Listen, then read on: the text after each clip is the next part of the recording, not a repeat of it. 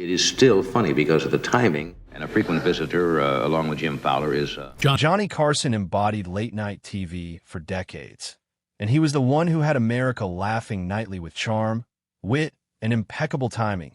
But offstage affairs were not always so rosy, as there were some surprises that even shocked his producers, such as cringeworthy interviews, behind-the-scenes brawls, jokes that crossed the line, and episodes that were buried quietly. These are the 14 biggest surprises and cringe moments of The Tonight Show that producers prayed we would never remember. Johnny's childhood and career started on October 23, 1925, when John William Carson was born in Corning, Iowa, and he grew up to be the undisputed monarch of late night.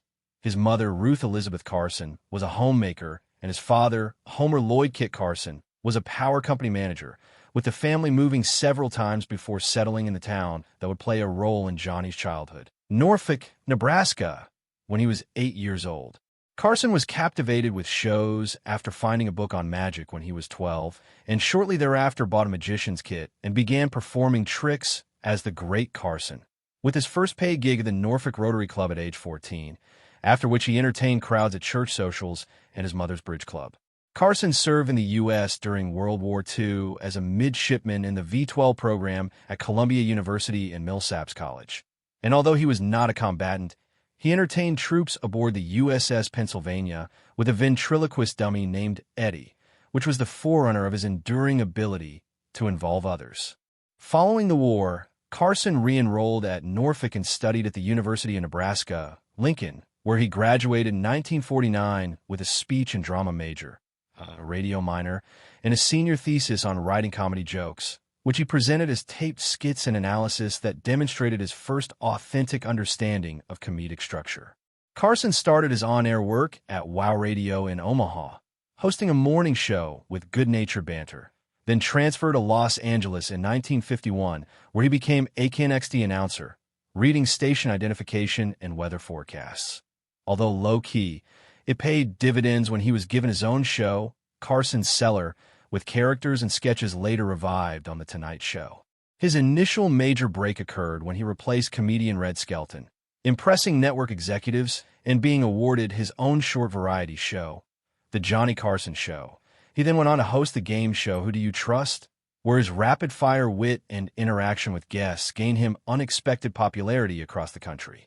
Carson succeeded Jack Paar as host of The Tonight Show in 1962 and served for 30 years. His rapid-fire wit, precise timing, and talent for getting the best out of guests revolutionizing late-night television. Carson established long-lasting characters such as Karnak the Magnificent and Aunt Blabby, and his monologues became a nightly routine for millions. He was a powerful figure who won 6 Emmy Awards, a Peabody Award, an induction into the Television Academy Hall of Fame in 1987, then the Presidential Medal of Freedom in 1992 and a Kennedy Center Honor in 1993. Carson continued to be a figure of high regard even after he retired in 1992, and successors such as David Letterman and Conan O'Brien referred to him as the standard by which they judged themselves. Johnny Carson died on January 23, 2005, at the age of 79, leaving behind a legacy that transformed American television and comedy for generations. Johnny's life outside work showed that even as Carson's charisma illuminated living rooms across the country, his life was much more complex than his on-air presence indicated. He was married 4 times during his career, each union having its own highs and lows, marking his ascension, reign, and descent from stardom. His first union was with Joan Jody Merrill Walcott, whom he dated in college at the University of Nebraska. They wed in 1949 and had 3 children, Christopher, Corey, and Richard, but as Carson's own star was taking off, their marriage fell apart, devolving into one of drunk arguments and icy silences, and biographers report they divorced in 1963, the same year that Carson took up his iconic spot on The Tonight Show. Their son Richard died in a car accident in 1991, a loss Carson never openly discussed, but that weighed on him heavily by all accounts.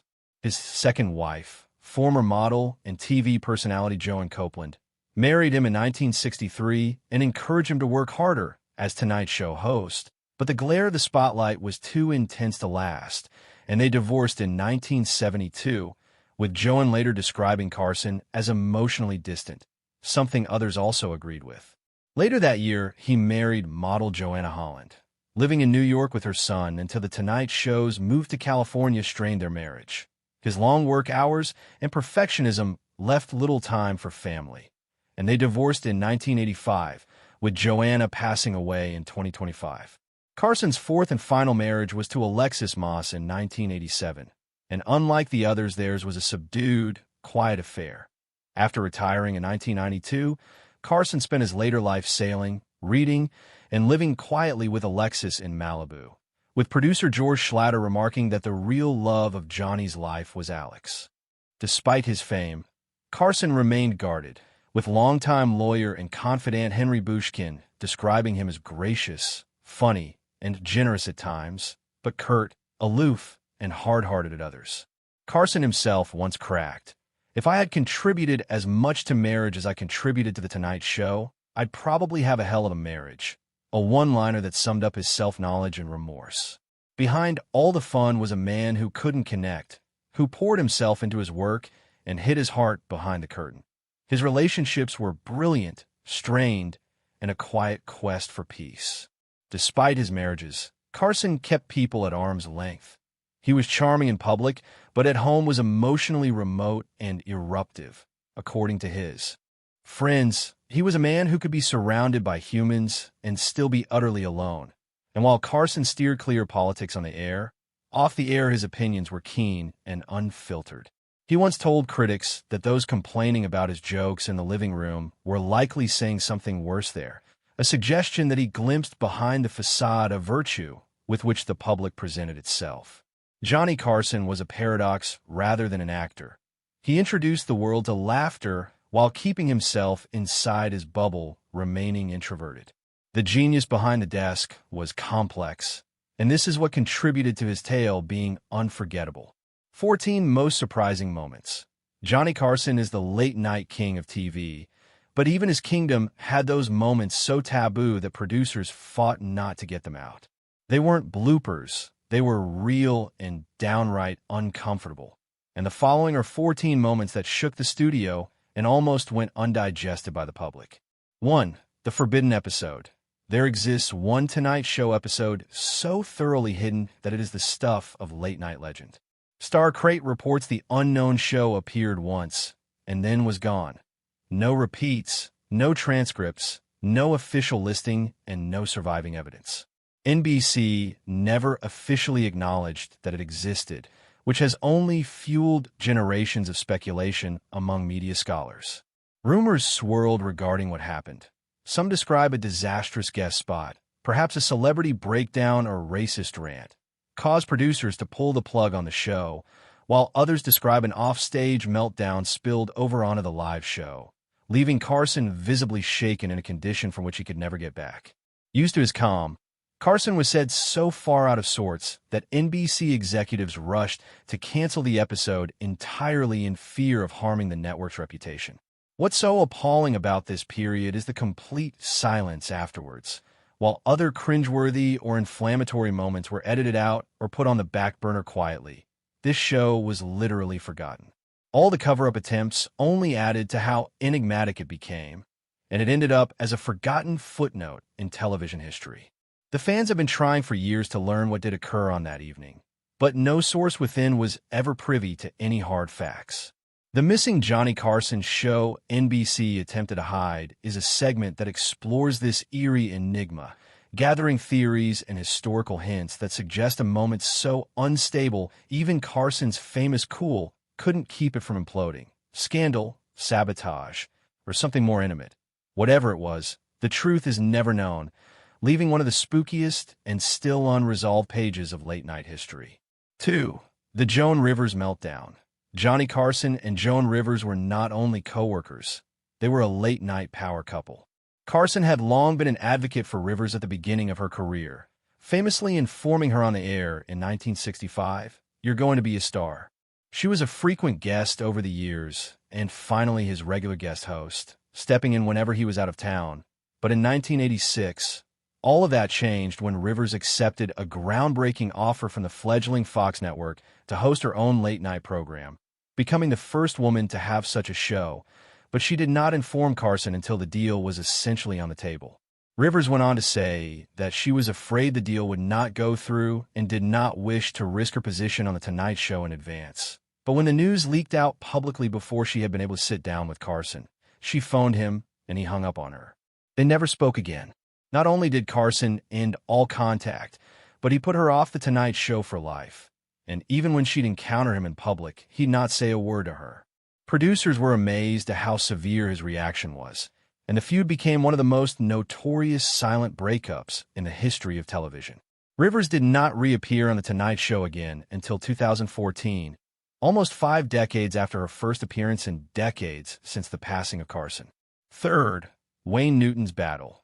Wayne Newton's feud with Johnny Carson was a war of egos, a battle that almost escalated to fists.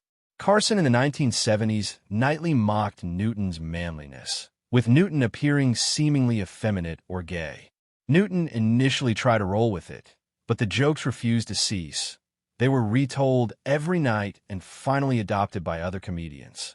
It took Newton 1.5 years of attempting to contact Carson in private before he marched into NBC's Burbank headquarters, caught Carson in a meeting with producer Fred Cordova, and requested a private moment. What transpired next became late-night lore. Newton informed Carson, "Cut out all these jokes on me, and they'll cut right out or I'll kick your ass." Carson, who was famous for having an icy personality, didn't apologize and never had Newton on again. Years afterwards, Newton referred to Carson as a mean-spirited human being and described the gags as deliberate cruelty that harmed his reputation. He even attributed Carson's influence for the propagation of malicious rumors pertaining to mob connections, which prompted a libel action against NBC. The public outcry was so severe that Newton's visits on The Tonight Show abruptly ceased, and the two never made up. 4. Charles Grodin's on-air challenge. On September 5, 1990, actor and satirist Charles Grodin was a guest on The Tonight Show and gave what became the most painful interview in late-night history. Grodin's dry, deadpan humor turned talk show appearances into a form of performance art and walked a thin line between annoyance and laughter, but this time he overstepped. Midway through the segment, Carson was baited by Grodin. "Do you even care about your guests?" It wasn't a wink or a leer that it was asked in, but as a challenge. Carson, shocked, gave a chilly staccato answer that left the studio in dumbfounded silence. There was tension in the air. Grodin did not blink. He kept probing at Carson's shiny surface and the show's pedestrian pace. What began as a strange little incident soon turned into an outright ego clash, and audience members didn't know if they should laugh or catch their breath. Carson, who made his living defusing embarrassment with suaveness, appeared visibly shaken. Splice Today states that producers actually thought about removing the segment from reruns in the future since they feared it spoiled The Tonight Show's well-crafted facade, but Carson permitted it on the air. Even today, viewers revisit the clip as a strange moment in which the king of late night was taken aback on his own territory, not by scandal, but by an unexpected caller who dared to question the existence of the show. It's half act, half reality, and all awkward. 5. Shelley Winters versus Oliver Reed. Shelley Winters created late-night history on The Tonight Show with Johnny Carson. In 1975, English actor Oliver Reed started making sexist, salacious comments, such as remarks regarding the appearance and roles of women, and Winters, renowned for having a sharp wit and zero tolerance for misogyny, was not about to stand for it. Halfway through the bit, she stood up, took her drink, and hurled it directly into Reed's face. The audience gasped in shock. Carson, normally a voice of reason, looked visibly upset as tension within the studio hit astronomical levels.